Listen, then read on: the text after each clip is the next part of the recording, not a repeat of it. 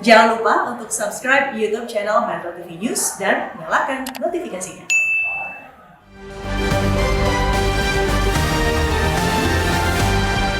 Ada beberapa berita yang menjadi perhatian media Indonesia untuk pagi ini. Ya. Yang pertama, ini terkait dengan COVID ya Bang ya. Betul. Pemerintah memperpanjang masa karantina.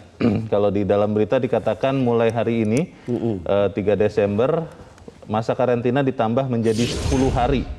Dari sebelumnya 7 hari. Ini kata Menko Marinvest, Pak Luhut Binsar Panjaitan. Ini benar-benar kehati-hatian atau bagaimana nih Bang Don? Ya, kita harus melihatnya sebagai kehati-hatian dan antisipasi, Leo. Jadi kita itu pernah bikin karantinanya 3 hari, lalu kemudian saya mengalami yang 5 hari ketika pulang dari Uzbek sama Turki, lalu kemudian 7 hari, beberapa hari lalu dibilang begitu, sekarang menjadi 10 hari, jadi intervalnya itu 3, 5, 7, 10. Dan ini karena kekhawatiran kita pada Omikron, yang katanya daya tularnya lebih besar, walaupun tetap debatable saya baca, walaupun harus di-recheck lagi ini, debatable apakah fatality dari Omicron ini seperti Delta gitu. Ada masih pro kontra, ada yang menggunakan informasi dari WHO bahwa fatality-nya tidak sebahaya Delta, tetapi kan ini juga kita harus recheck betul kebenarannya, sehingga ya jalan untuk berhati-hati, jalan untuk mengantisipasi adalah langkah yang terbaik yang kita punya. Ini tapi juga kalau dibaca lebih lanjut, subject to change, bisa berubah juga sesuai dengan sikon ya Bang? Situasi seperti ini kan tidak bisa membuat kebijakan yang sekali pakai langsung jadi semuanya. Bahwa itu harus terlihat bagaimana keadaan situasi dan kondisi. Dan masyarakat kita sudah terbiasa dengan itu. Jadi jangan ada yang marah. Mungkin urusannya ke luar negeri lalu kemudian tidak jadi, atau dari luar negeri seperti ini. Tapi jangan marah saja hari-hari begini, lebih baik bersabar begitu. Baik, kita harap semua kita bisa mengikutinya. Kita tinggalkan itu, kita ke berita selanjutnya masih dari halaman 1. Ini terkait dengan presidensi G20 untuk Indonesia tahun ini. Bali siap terima kunjungan kepala negara dunia. Beberapa teman bertanya-tanya Bang Don, kan masih bulan Oktober, rencananya tahun depan. Ini sudah disiapkan dari sekarang, itu bagaimana Bang? Ya, ini sebuah konferensi yang sangat bergengsi. KTT G20 itu terdiri dari negara-negara terbesar di dunia, menguasai 80% pendapatan dunia dan penduduk dunianya kira-kira 60%-nya. Jadi ini sebuah pertemuan yang reputasi internasionalnya besar. Tentu saja kita berharap bahwa akan ada hal yang konkret dari pertemuan ini, tapi Bali betul-betul harus mempersiapkan diri. Tapi kalau lihat Bali sih, kalau kita lihat ya Leo, asal menghidupkan kembali semua hotel-hotel berbintang 5, lalu kemudian Nusa Dua, lalu kemudian beberapa tempat yang bagus di sana, itu sudah jadi. Saya kebetulan ketika Pak SBY dulu menjadi presiden, saya ikuti 3 kali KTT G20 gitu. Termasuk saya ikuti di Meksiko, di Los Cabos. Sebetulnya Bali jauh lebih baik gitu. Jadi sebetulnya kalau kesiapan itu. Dan yang menarik adalah keketuaan kita pada saat COVID lalu kemudian transformasi peralihan energi baru ke terbarukan, lalu kemudian transformasi ekonomi digital di tingkat global. Saya kira ini poin-poin yang penting, tapi kita berharap ada hal yang konkret. Pertemuan ini. Kita dukung sama-sama supaya nanti di bulan Oktober kita jadi tuan rumah KTT G20 dan berhasil tentunya. Kita ke halaman 2 di berita selanjutnya. Pada 2022 perekonomian Indonesia semakin baik. Wah, ini maksudnya bagaimana nih baiknya ini Bang Don? Ya, kita kalau lihat perkiraan BI, saya kira kita layak optimis, Leo. Diperkirakan kita tumbuh dari 3,2 ke 4% tahun ini menjadi 4,7 ke 5,5% tahun depan. Saya kebetulan minggu lalu mengikuti off-air pertemuan tahunan BI di Fairmont Hotel. Jadi kalau lihat itu, Pak Ferry menjelaskan seluruh indikator yang memperlihatkan bahwa itu bagus ekonomi kita ke depan. Pada waktu itu juga Pak Jokowi hadir di situ, Presiden, lalu kemudian membawa atau menyajikan beberapa angka yang sangat meyakinkan. Dan bahkan misalnya ekspor kita ke Cina baru untuk pertama kalinya akan surplus. Dan itu jumlahnya besar. Kita punya nikel, punya sawit, punya batu bara, dan seterusnya, yang kemudian oleh Presiden pada waktu itu harus ada hilirisasi yang membuat nilai tambahnya lebih besar. Jadi kalau lihat berbagai indikator itu, kita layak optimis lah. Oke. Ya kecuali kalau misalnya tiba-tiba Omikron ini sebagai suatu varian yang ganas lalu kemudian kembali lagi ke bulan Juli gitu.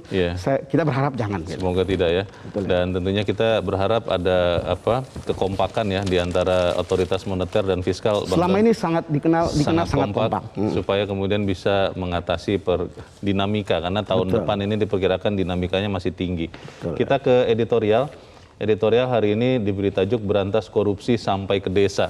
Ini memang sudah lama sekali dipertanyakan orang, Bang Don. Betul. Ketika mulai dana desa, kalau tidak salah 1 miliar per desa, itu hampir kan 1 miliar. Hampir 1 miliar itu kan berpotensi kemudian. Ya namanya orang ketika ada modus, ada kesempatan biasanya muncul tuh kesempatan dalam kesempitan. Bagaimana Bang Don? Ya biasanya korupsi itu kan mengikuti uang kemana berada. Ada gula, ada semut. Tetapi berita ini mungkin tidak terlalu besar kalau kita lihat di media-media. Saya coba ngecek, tapi sebetulnya cukup mendasar. KPK membentuk apa yang disebut sebagai Gerakan Desa Anti Korupsi. Ini sesuatu yang baru. Dan menurut saya kita harus mengendorse-nya. Kalau editorial hari ini mengatakan dana desa itu untuk kesejahteraan rakyat, jadi jangan dikorupsi. Jadi itu inti dasarnya dan ini bagus. Sekali lagi ini kecil, tapi kita tahu bahwa dana desa dalam 5 tahun ini sudah hampir 400 triliun. Tahun 2020 71,2, tahun 2019 69,8, kemudian tahun ini 72 T. Itu sesuatu banget ketika KPK kemudian harus ikut watching dana-dana seperti ini. Lalu kemudian yang kedua, kenapa ini menjadi penting, Leo? Itu data dari KPK, tahun 2020 itu ada 140 kasus korupsi melibatkan 132 kepala desa. Lalu kemudian 2021 ada 62 kasus. Sejak digulirkan dana desa, menurut pengakuan KPK, banyak menerima laporan mengenai dugaan korupsi yang terjadi di desa. Yang lebih seru itu data dari ICW. 2020 meningkat signifikan kasus korupsi desa ini menjadi 330 kasus. Sejak tahun 2018 sampai tahun 2020 ada 676 kasus korupsi dana desa. Jadi kalau kita lihat angka-angka ini angka-angka yang mencengangkan tapi bukan dalam pengertian yang positif, negatif. Dan saya kira kalau lihat angka-angka ini, layaklah kalau KPK membentuk sistem seperti ini, lalu kemudian itu akan mengikut sertakan semua pihak yang lain untuk bisa membuat dana desa itu betul-betul sampai pada sasarannya. Kita akan bahas itu ya Bang Don, dan pemirsa, inilah editorial Media Indonesia untuk hari ini Jumat 3 Desember 2021, Berantas Korupsi Sampai ke Desa.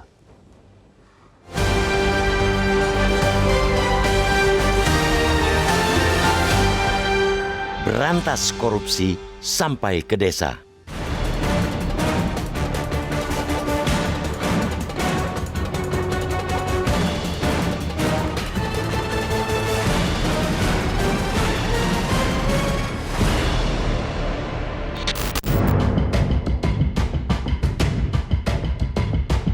Korupsi di negeri ini berkembang biak dari pemerintahan pusat sampai dengan pemerintahan paling bawah di tingkat desa. Layaknya gurita, korupsi kuat melilit dan mencengkram sendi-sendi pemerintahan. Ibarat virus, korupsi menjangkiti dan menerjang para pejabat negara di pemerintahan pusat. Sudah banyak penyelenggara negara pada level eksekutif, legislatif, dan yudikatif yang diciduk aparat penegak hukum. Begitupun di tingkat provinsi ataupun kabupaten kota. Tidak terhitung lagi pejabat daerah yang diringkus aparat penegak hukum. Kini aparat desa juga ikut-ikutan korupsi. Sepanjang tahun lalu, KPK mencatat ada 141 kasus korupsi yang melibatkan 132 kepala desa dan 50 perangkat desa. Sementara itu, pada 2021 sudah ada 62 kasus korupsi yang melibatkan 61 kepala desa dan 24 perangkat desa. Sebuah gambaran bahwa aparat desa tidak kalah rakusnya dengan pejabat teras di tingkat pusat. Rasuah seakan telah membudaya. Semua perangkat pemerintahan melakukannya. Modus dan motif korupsi di tingkat desa pun serupa dengan pemerintahan di atasnya. Mulai urusan kebijakan desa, melakukan pungli, kesalahan administrasi, hingga memperkaya diri. Bedanya mungkin hanya nilai dan besaran korupsinya. Karena itulah KPK menginisiasi program desa anti korupsi untuk mencegah terjadinya tindak pidana korupsi di desa. KPK ingin pendidikan anti korupsi digencarkan di desa, membangun budaya anti korupsi dari desa. Desa anti korupsi akan diimplementasikan pada 74.961 desa yang ada di seluruh Indonesia, sehingga tata kelola pemerintahan yang baik akan tumbuh sejak dari desa. Pendidikan anti korupsi di desa harus disamakan dengan tingkat kementerian dan lembaga. Desa ialah miniaturnya negara Indonesia, yakni kepala desa dipilih secara langsung oleh masyarakat dan juga melakukan pengelolaan anggaran secara otonom. Anggarannya pun tidak main-main. Puluhan triliun uang rakyat setiap tahun dikucurkan kepada pemerintahan desa. Dana desa yang dialokasikan pada 2021 sebesar 72 triliun rupiah diperuntukkan bagi 74.953 desa. Pada tahun depan telah dialokasikan 68 triliun rupiah dari APBN. Rata-rata tiap desa menerima 900 juta rupiah hingga di atas 1 miliar rupiah. Dengan melihat besarnya alokasi anggaran yang dikelola pemerintahan desa, program desa anti korupsi akan sangat diperlukan agar dana triliunan tersebut benar-benar dirasakan masyarakat di tingkat bawah, tidak hanya segelintir pamong desa dan kroninya. Namun, jelas bahwa upaya untuk pemberantasan korupsi di level pemerintahan di atasnya juga pantang diabaikan. Misalkan urusan dana desa, potensi penyelewengannya tidak hanya dalam pelaksanaan tetapi juga kebijakan. Tahun lalu muncul modus puluhan desa fiktif dan siluman yang menerima kucuran dana. Dengan penguatan sikap anti korupsi berlapis yang akan mampu dengan efektif menghilangkan tindakan rasuah di Indonesia sehingga terwujud masyarakat Indonesia yang maju, makmur, sejahtera dengan budaya anti korupsi. Pemanfaatan dana desa harus untuk sebesar-besarnya kemakmuran rakyat dalam bidang peningkatan kualitas hidup, peningkatan kesejahteraan, penanggulangan kemiskinan, dan peningkatan pelayanan publik. Pantang dana desa hanya untuk memakmurkan kepala desa dan perangkatnya.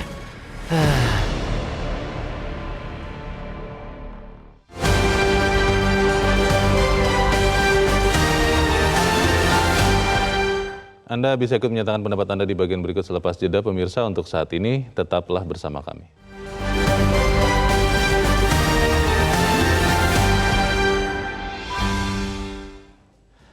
Terima kasih pemirsa, Anda masih bersama kami di Editorial Media Indonesia. Bang Don, sebelum kita berdiskusi Bang, kita mau bertanya dulu. Kita sudah tersambung lewat saluran telepon dengan peneliti Pusat Kajian Anti Korupsi Universitas Gadjah Mada atau PUKAT UGM, Zainur Rohman. Mas Zainur, selamat pagi. Selamat pagi, Bang. Ya, Mas Zainur, dana desa sudah banyak dikucurkan dan memang sebagian besar itu sampai ke rakyat, harapan kita. Tapi pertanyaannya adalah begini, Mas.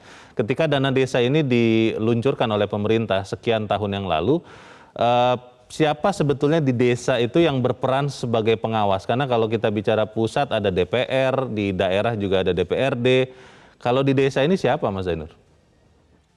Iya, kalau secara kelembagaan ada Badan Permusyawaratan Desa ya, yang memiliki kewenangan juga untuk melakukan pengawasan terhadap pemerintahan desa. Tetapi kita tahu bahwa struktur sosial di desa itu berbeda dengan pemerintahan di tingkat pusat. Di desa kekuasaan kepala desa biasanya sangat besar, tidak hanya kekuasaan formil, tetapi juga kekuasaan secara real, ya, secara tradisional, secara budaya begitu. Sehingga memang di desa pengawasan itu seringnya tidak berjalan secara baik, sehingga memang kasus-kasus korupsi yang terjadi itu karena memang pengawasan di desa tidak berjalan seperti halnya yang diinginkan gitu.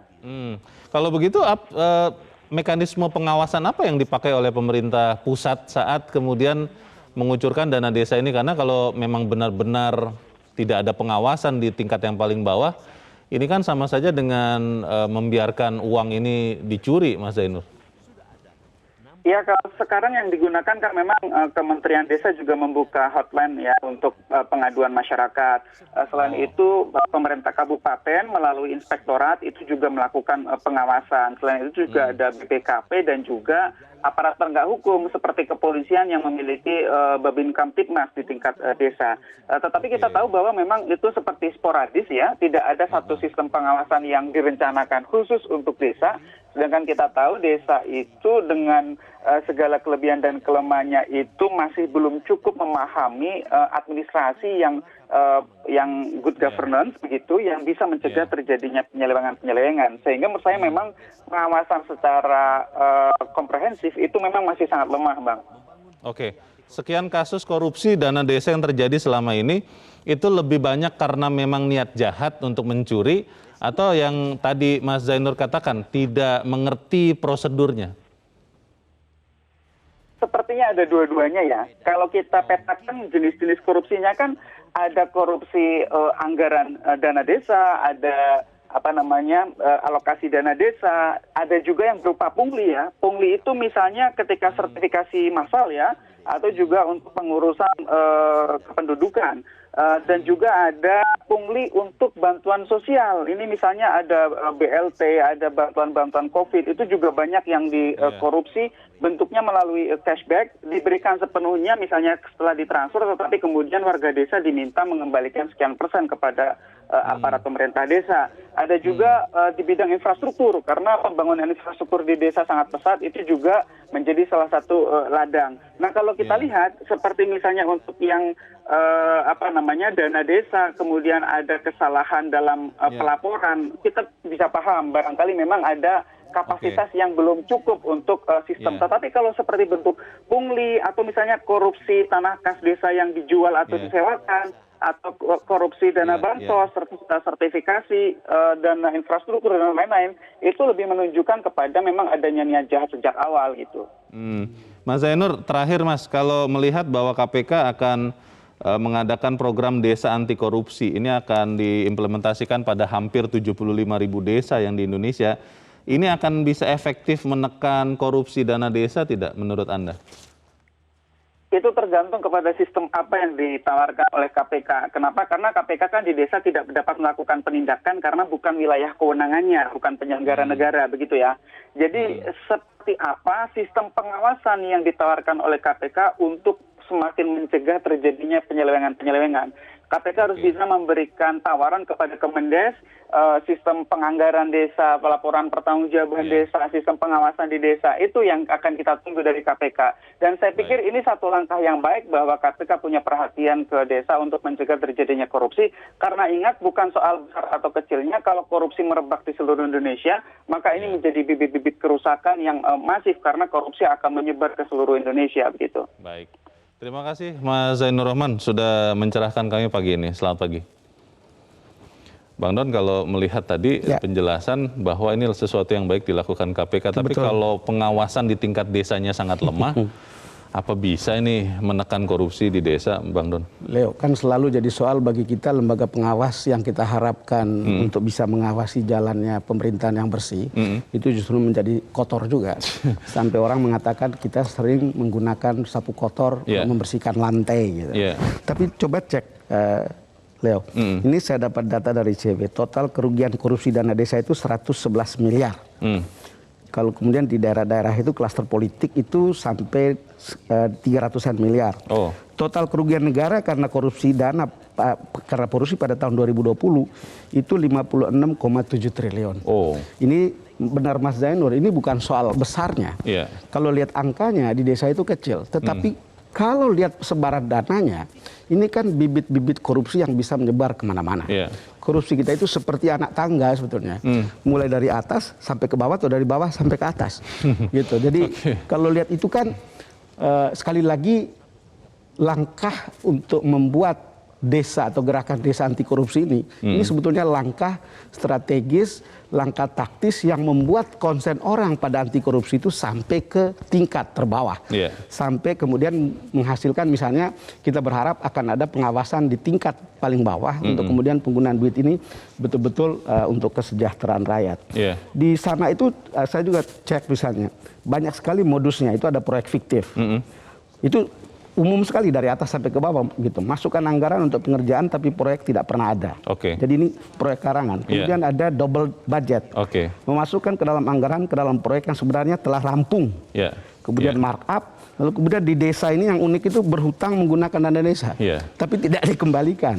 Jadi begitu banyak. Lalu kemudian potong anggaran desa, memakan BLT, kemudian seterusnya yang kecil-kecil, tapi ini langsung berhubungan dengan masyarakat kecil gitu. Bagaimana kita dorong program KPK ini benar-benar bisa efektif, kita akan bahas di bagian berikut Bang Don. Dan pemirsa tetap bersama kami, Editorial Media Indonesia segera kembali. Terima kasih pemirsa, Anda masih bersama kami di Editorial Media Indonesia. Bang Don, kita sebelum berdiskusi lagi, kita akan bertanya dulu Bang kepada pemirsa Metro TV. Silakan. Kita saat ini sudah terhubung dengan Pak Ramadan di Merangin, Jambi. Pak Ramadan, selamat pagi. Selamat pagi Pak Leo dan Pak Don. Selamat pagi Pak Ramadan. Bagaimana Pak pendapat Anda Pak, berantas korupsi sampai ke desa, ini akan bisa efektif tidak program anti korupsi, desa anti korupsi terbaru dari KPK Pak? Bisa efektif tentu dengan sebuah ketentuan baru atau aturan baru. Saya berpendapat Pak Leo, kalau reka ulang pengawasan di desa itu bisa diatur dari pusat, itulah baru ada keyakinan saya bisa paling kecil korupsinya kalau bisa. Reka ulang itu maksud saya setidak-tidaknya pengawasan yang ada seperti saya katakan di sini juga di TV Metro ini. Kalau batas kabupaten saya mohon maaf pagar makan tanaman Pak Leo.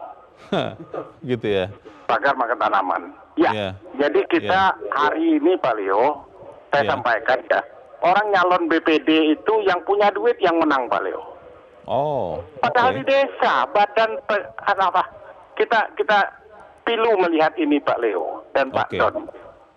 Orang di desa itu yang menang anggota BPD itu yang punya duit. Yang tidak punya duit walaupun integritasnya ada, ilmunya ada, tidak akan menang. Itu sekecil itu Pak Leo, bayangkan. Jadi menurut saya reka ulang pengawasan untuk di desa itu secara nasional segera dibuat, itu baru bisa jadi. Kalau di kabupaten saya mohon maaf 1000 kali maaf, menurut pengamatan saya pagar makan tanaman. Terima kasih. Assalamualaikum warahmatullahi wabarakatuh. Waalaikumsalam warahmatullahi wabarakatuh. Terima kasih Pak Ramadan di Jambi, pagar makan tanaman katanya Bang Don. Kita akan beralih ke pemirsa berikut dari Bandung, Jawa Barat, ada Pak Pardosi. Pak Pardosi, selamat pagi. Selamat pagi Mas. Selamat pagi Pak Pardosi. Bagaimana Pak pendapat Anda Pak, berantas korupsi sampai ke desa ini? Ya itu harus digalakkan yang pertama ya. Tapi kalau KPK itu kan tidak mungkin menjangkau desa begitu ya. Itu konsep dari mereka itu bagus lah begitu ya. Jadi yang efektif melakukan ini sebenarnya pertama itu pengawasan ya, yaitu dari Pemda Bupati begitu ya. Tapi kalau kita lihat selama ini ya dari dulu kan itu sudah begitu tidak efektif lah pengawasan itu intinya begitu ya. Maksudnya apa Pak Pardosi? Sudah begitu Bagaimana? Itu maksud Bapak apa nih? Itu. Iya, kan kita dari dulu udah korupsi gitu. Oke. Jadi Pak, ya, kalau menurut Pak Pardosi, yang aneh di sana, gitu. Solusinya apa Pak? Kalau kemudian pemerintah desa atau pemerintah daerah masih belum bisa diandalkan, apakah memang harus KPK memperpanjang tangannya sampai ke sekian puluh ribu desa atau bagaimana Pak Pardosi? Itu tidak mungkin ya, biayanya sangat besar, SDM-nya sangat banyak ya. Kalau harus KPK menjangkau 75.000 desa, kalau saya nggak salah ya Indonesia ya. Ini sangat sulit. Jadi memang yang kita andalkan mestinya sih ya, itu pengawasan yang utama, bukan pemberantasan begitu ya. Baik, tapi pengawasan yang utama, saya ingin banget ya Mas Leo ya, saya dari kampung saya di Tapanuli di sana, saya baru pulang begitu ya, jadi saya mengerti betul di sana. Aduh, ini kasihan memang ya. Jadi bupati itu mestinya yang paling dekat mengawasi kepala desa itu. Baik, terima kasih Pak Pardosi di Bandung untuk pendapat Anda. Selamat pagi Pak Pardosi. Di belakang Pak Pardosi ada Pak Ondo Silitonga di Bekasi, Jawa Barat. Pak Ondo, selamat pagi. Selamat pagi Bung Leo, selamat pagi Bung Don Bosco. Selamat pagi. Silakan Pak Ondo. Iya, inisiasi KPK ini baik ya kalau bisa diterapkan dengan benar gitu. Karena kepala desa itu sebenarnya sudah terdidik selama ini. Mereka sudah melihat teman-teman mereka kepala desa, ratusan itu, seratusan lebih itu sudah terjerat hukum. Jadi tergantung orangnya, integritasnya, imannya bobrok ya tetap saja jadi barang itu. Jadi untuk jadi kepala desa saja mereka sudah berani mengeluarkan uang. sama saja seperti kepala daerah, anggota legislatif. Mereka paham, tapi tetap saja korupsi.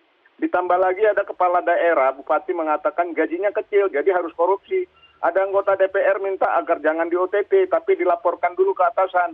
Ada kepala daerah yang meminta harus dipanggil dulu sebelum ditangkap. Hal-hal ini membuat kepala desa itu melihat, ya udah lakukan saja, gampang kok nanti.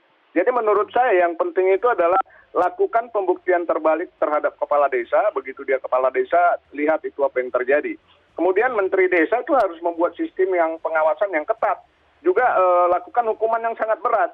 Pengawasan juga diperlakukan oleh masyarakat setempat. Lihat itu Badan Permusyawaratan Desa itu BPD. Mereka jangan-jangan kongko dengan kepala desanya. Kalau perlu untuk BPD-nya buat naturalisasi gitu. Terima kasih. Baik, terima kasih Pak Ondo Silitonga di Bekasi, Jawa Barat. BPD-nya naturalisasi seperti pemain bola ini, Bang. Kita masih ada pemirsa Metro TV berikut. Kali ini dari Pekanbaru, Riau. Ada Pak Larsen Yunus. Pak Larsen Yunus, selamat pagi. Selamat pagi. Selamat pagi Pak Larsen. Silakan Pak, pendapat Anda Pak, langsung saja. Selamat pagi. Ya, silakan Pak Larsen, langsung Pak berpendapat Pak. Volume televisi Anda bisa dikecilkan saja, langsung pendapat Anda Pak. Silakan Pak Larsen. Selamat pagi Bang Leo dan semuanya Indonesia. Saya dari Pekanbaru, Riau ingin menyampaikan bahwa terkait semangat pemberantasan korupsi dari KPK tentunya harus digalakkan kembali, dan saya fokusnya ingin mengajak agar inspektorat di daerah itu lebih difungsikan lagi. Karena kaitan dengan ADD dan dana desa, itu inspektorat perlu kerja keras, ada tanggung jawab di sana. Kami pernah melihat dan menelusuri masih ada di Republik ini desa-desa yang belum punya kantor. Contohnya di sebelah kiri dan kanan desa tersebut belum ada kantor, namun AD dan desa ratusan bahkan pemerintah. Dan di Bang, baik. Ada kepala desa menggunakan dana desa. Iya. Oke, kami mohon maaf komunikasi kurang bagus, tapi kami sudah menangkap maksud Anda Pak Larsen Yunus. Terima kasih Pak sudah berpendapat dari Pekanbaru Riau. Selamat pagi. Banyak sekali dukungan dari pemirsa kita Bang Don, tapi pertanyaannya adalah kalau kemudian BPD-nya tidak bisa diandalkan, lalu inspektorat daerah tadi kalau kata Pak Ramadan ya susah lah diandalkan. Jadi bagaimana solusinya Bang? Iya, kita juga tidak bisa memberi solusi sebetulnya. Cuman kan konsen kita kan makin banyak uang dianggarkan untuk dialokasikan untuk desa, dana desa, dan mungkin akan makin banyak. Lalu kemudian kita tidak mau kemudian dana ini tidak efektif.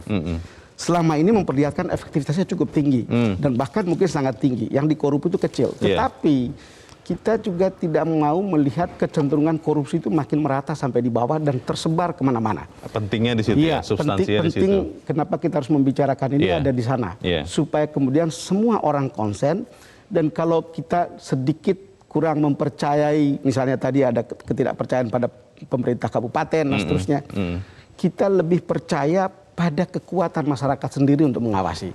Saya yakin, ini sama, misalnya begini.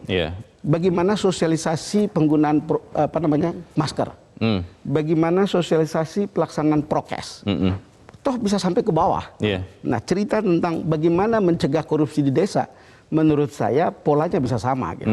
Asal kita punya niat yang kuat untuk itu, gitu. Ya, jangan sampai tujuan dari dana desa tadi untuk menyejahterakan orang, lalu kemudian dibajak dan dirampas oleh aparat desa. Ini korupsi ini mungkin dianggap kecil karena yang di atas-atas kan lebih besar. Tetapi karena ini dekat dengan problem rakyat. Coba bayangkan anak-anak kemudian merasa bahwa itu biasa saja itu korupsi, biasa saja itu makan uang. Lalu kemudian kapan bangsa ini naik kelas untuk kemudian punya peradaban yang baik dalam pelaksanaan tata laksana pemerintahan yang bersih gitu. Karena ini langsung dilihat oleh masyarakat, langsung dilihat oleh anak-anak di desa itu, langsung dilihat oleh generasi muda di desa itu, dan efek tirunya kan bisa besar. Kalau tidak menimbulkan menciptakan hukuman atau tata tertib yang lebih baik, orang akan merasa bahwa semua itu oke-oke aja gitu.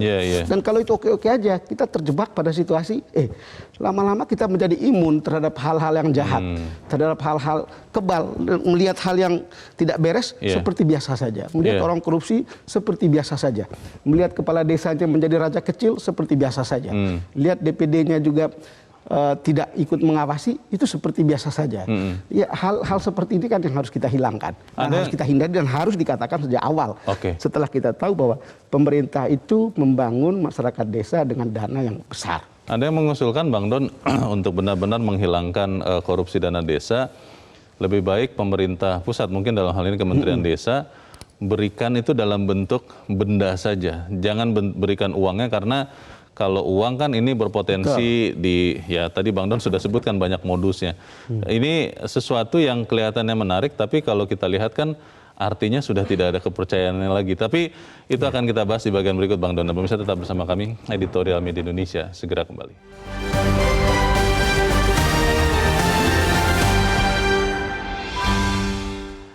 Terima kasih pemirsa, Anda masih bersama kami. Kita di bagian akhir dari diskusi kita pagi ini. Bang Don, tentunya memang apa yang kita sampaikan ini tidak bisa memberikan solusi pasti. Betul. Tapi usulan kita, Bang, untuk kemudian bisa membuat korupsi di desa itu benar-benar hilang atau minimal. Apakah memang seperti yang tadi saya sampaikan, ada usulan sebagian orang, kasih saja bendanya, kasih saja barangnya, tapi jangan kasih uangnya, atau seperti apa? Ya, itu menarik sebetulnya. Kenapa misalnya beberapa perusahaan yang ada di daerah yang besar-besar itu memberi dalam bentuk fasilitas saja, semahal apapun fasilitasnya, tapi itu lebih berkaitan dengan kepentingan rakyat daripada dikorup oleh pemerintah daerah. Jadi tidak tidak diberi uangnya ya? Bantuan langsung tunai, mungkin juga pakai barang saja, tetapi kan juga tetap aja ada lubang untuk korupsi, Leo. Ini persoalan trust atau distrust. Kita berharap pemerintah, kita tentu berharap mestinya diciptakan sistem digitalisasi yang memungkinkan pengawasan itu bisa berlangsung ke daerah. Dan itu sekarang ini mungkin gitu. Apakah itu dibuat oleh KPK, apakah dibuat oleh Departemen Keuangan, atau siapapun yang melakukan itu. Atau supaya Kemendes ya? Kemendes juga bagus. Itu sistem itu diciptakan untuk kemudian sampai ke situ. Gitu. Semua pergerakan penggunaan dana desa bisa terlihat. Apakah itu dipinjam, apakah proyek. Cuman memang perlu ketekunan untuk membaca semua itu. Tetapi ketika kita kurang mempercayai aparat yang ada di atasnya, termasuk DPD, saya rasa kita selalu memberikan kemungkinan atau peluang kepada masyarakat untuk lebih terbuka, open mind, open heart, untuk melihat segala kekurangan, mengkritisi dan termasuk mengawasi. Karena itu adalah untuk kesejahteraan mereka. Leo, pemilihan kepala desa itu adalah pemilihan yang paling demokratis di Indonesia, karena langsung, dan itu melibatkan kelompok kecil dalam satu desa. Kampanyenya juga seru, di situ juga ada money politiknya, itu seru. Tetapi intinya kan bahwa itu adalah wahana demokrasi, simbol demokrasi yang berjalan di desa. Memang jadi soal adalah kemampuan rakyat untuk memilih pemimpin yang baik, memilih pemimpin yang bersih gitu. Tapi kalau tidak hari ini, sebetulnya konsen kita adalah untuk mengatakan bahwa ini sudah banyak dana loh, ini sudah ada gejala korupsi itu berlangsung. Ya, kalau lihat seperti ini, mestinya bisa ditangani sejak awal. Siapapun institusi atau stakeholders untuk melakukan ini, kita mengendorse untuk itu, supaya ini tidak merata. Kasihan anak cucu kita yang melihat kejelekan-kejelekan dan kejahatan-kejahatan korupsi itu sebagai hal yang biasa gitu. Itu tidak mendidik. Lalu kemudian nanti orang tua menyalahkan yang bawah menyalahkan atas, dan itu menjadi tidak sehat kita sebagai sebuah bangsa. Kalau mekanisme stick and carrot diberlakukan, Bang Don, misalnya katakanlah di desa-desa yang ketahuan dan itu pasti ya sudah legal begitu, dikorupsi dana desanya, dikurangi misalnya alokasi untuk dana desa berikut, atau bahkan dihentikan sama sekali dengan harapan supaya ada perbaikan, lalu kemudian harapan yang lainnya adalah rakyat yang kemudian bergerak untuk kemudian mendesak supaya kepala desanya menjadi bersih atau perangkat desanya untuk bersih. Itu kira-kira akan efektif atau malah ya tidak bagus? Itu gagasan yang baik, Leo. Kalau saya baca dari ketentuan di Departemen Keuangan, ada sebetulnya hukuman terhadap desa. Misalnya dia tidak bisa menghabiskan anggaran, atau tidak mampu menyelesaikan anggaran, dia akan dipotong. Oh, di tahun berikutnya? Iya, di tahun berikutnya. Jadi ada hal-hal seperti itu gitu. Jadi sebetulnya polisinya ada. Nah, kalau kita bawa misalnya, ternyata desa ini ada yang korup gitu, mungkin saja itu. Tapi kan yang rugi kan rakyatnya. Itu dia. Kalau saya kebetulan dekat sekali dengan Pak Eko Sanjoyo, Mendes yang sebelumnya, Leo. Selalu ada update tentang apa hasilnya. Tetapi yang menarik itu misalnya dari laporan dari Departemen Keuangan, soal kebijakan dana desa tahun 2021, lalu disampaikan pencapaian-pencapaiannya, itu fantastis sebetulnya. Itu jalan raya saja di desa itu sampai 231 km lebih. Jembatan itu 1,3 juta. Pasar desa itu 10 ribuan. BUMDes itu 36.000. Tambatan perahu dan seterusnya. Artinya ada gitu. Orang bikin embung gitu, ada 4.800 embung gitu. Irigasi 65.000. Ini sebetulnya sesuatu yang bisa langsung dinikmati. Kalau lihat begini, mestinya kan semua desa juga bisa melakukan itu, gitu, untuk bisa lakukan. Embung itu, jangan berkali-kali, misalnya di NTT tempat saya, banyak orang krisis air. Mestinya kan bisa sekali dibuat proyek itu untuk air. Karena itu untuk menyelamatkan masyarakat dan untuk menyehatkan masyarakat untuk waktu yang sangat panjang. Sekali dibuat, nanti untuk seterusnya. Lalu kalau ya sebetulnya banyak sekali gitu manfaat dan keuntungan dari dana desa ini. Pilihan pemerintah untuk mendrop dana langsung ke desa itu adalah sebuah pilihan yang baik. Tapi juga harus dilihat konsekuensinya adalah bahwa dana itu bisa bocor, bisa dikorup, dan saya kira saat ini konsennya adalah mulai memikirkan supaya dana-dana itu efektif untuk sampai di tangan rakyat, kesejahteraan rakyat, dan bukan untuk dikorupsi oleh aparat desa. Gitu. Kita dukung program desa anti korupsi dari KPK, dan yang paling penting rakyat di desa mengawasi bagaimana penggunaan dana desa. Bang Don, terima kasih sudah hadir di tempat ini. Selamat pagi, Bang. Pagi, Leo.